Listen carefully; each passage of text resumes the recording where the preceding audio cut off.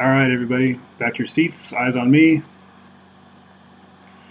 All right, so now we're going to do some modeling, just like last week with protein synthesis. Everybody still has their very fancy cell model base, right? Our hopefully biodegradable cell model. And if not, we have extras off to the side. We can make new ones. All right, so last week we made models for all the organelles, and we discussed how they all interact so we can move them around. Now we're going to do the same thing today, but for cytokinesis, specifically for mitosis, right? We want two diploid cells. All right, diploid meaning that they have,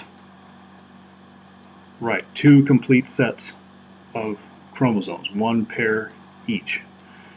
All right, so first thing we need to do is we need to make our parts. Where does the action take place in mitosis? We talked about this a minute ago, in the nucleus, right? So, in your scratch paper, everyone should have some on your desk. All right, I want you to draw a super fancy nucleus. All right, how fancy does it need to be? Fancy enough for you to know what it is when you look at it. Does it need to be this big? No. Should it be this big? No. Why not? Because it has to fit in the cell, right? Clearly not going to fit. All right. Now, trick question. How many of these do you need? All right. 2. Remember, we're doing mitosis. We're going to make 2 duplicate cells, right? The daughter cells are both going to have a nucleus. So you have to make 2 of these. All right. 1 for now, 2 for later. All right. So mitosis starts off with which phase? Interphase, right. What happens in interphase? The chromosome split. So we're going to need to make some paper chromosomes for us to mess with.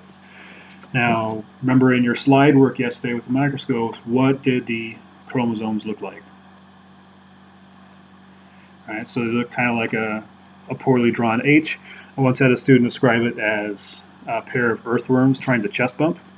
And so that's the way I've been drawing them ever since. I'm not quite sure how a earthworm would do the chest bump, but I'm kind of looking forward to a vine showing me. All right, so make sure you have them color-coded. Now your textbook shows a whole bunch of chromosomes in the cell being duplicated. That's fine.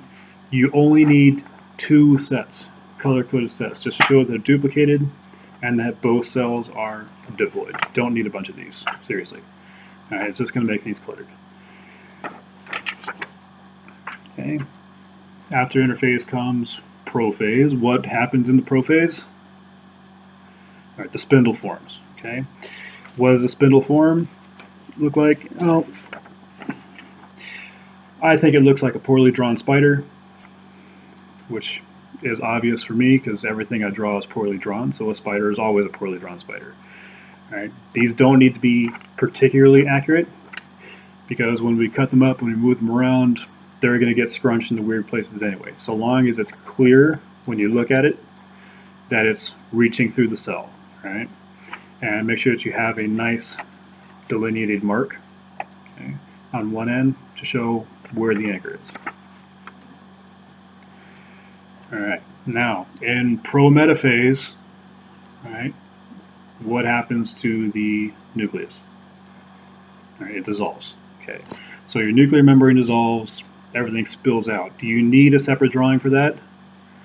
Of course you do. What do you mean no? Of course you do. What does it look like? Empty space. All right. You need to have it show dashed lines, all right, so that you can see the nuclear membrane has dissolved. All right.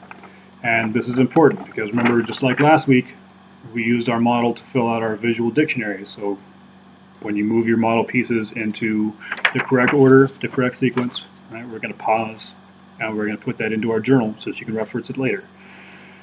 Right. Mitosis has a lot of steps and there's a lot of details. And if there were to be, say, I don't know, a quiz on Friday, it might be important for you to know what those details are. All right, so make sure that you don't skip any steps. Okay, we're going to go through all of them. Now in metaphase, chromosomes move to the middle of the spindle, right? We're going to show that in our models, so we don't need a separate piece for that. We're going to move that around, right? But in anaphase, right, we just talked about it, what happens? All right, the spindle pulls the chromosomes apart, right? So the chromosomes are meshed together, so a whole bunch of general mishmash going on there, and the spindle is going to gradually pull them apart to opposite sides of the cell. Right, so they're going to go from being our conjoined earthworms to being separate chromosomes, right, in preparation for being two daughter cells. Right, so we're going to redraw our chromosomes separately. All right, now you see that's why it has to be color coded, so that you can see that the two separate pieces are interlinking again. All right. Now in telophase, the new nuclear membrane forms, the spindle dissolves, right, and the cell membrane begins to split the cell. We don't need separate drawings for that.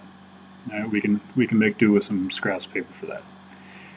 Right, and in cytokinesis, the cell splits, giving us two, right, daughter cells, and that's where our extranucleus is going to come in. Right, that's why you need two.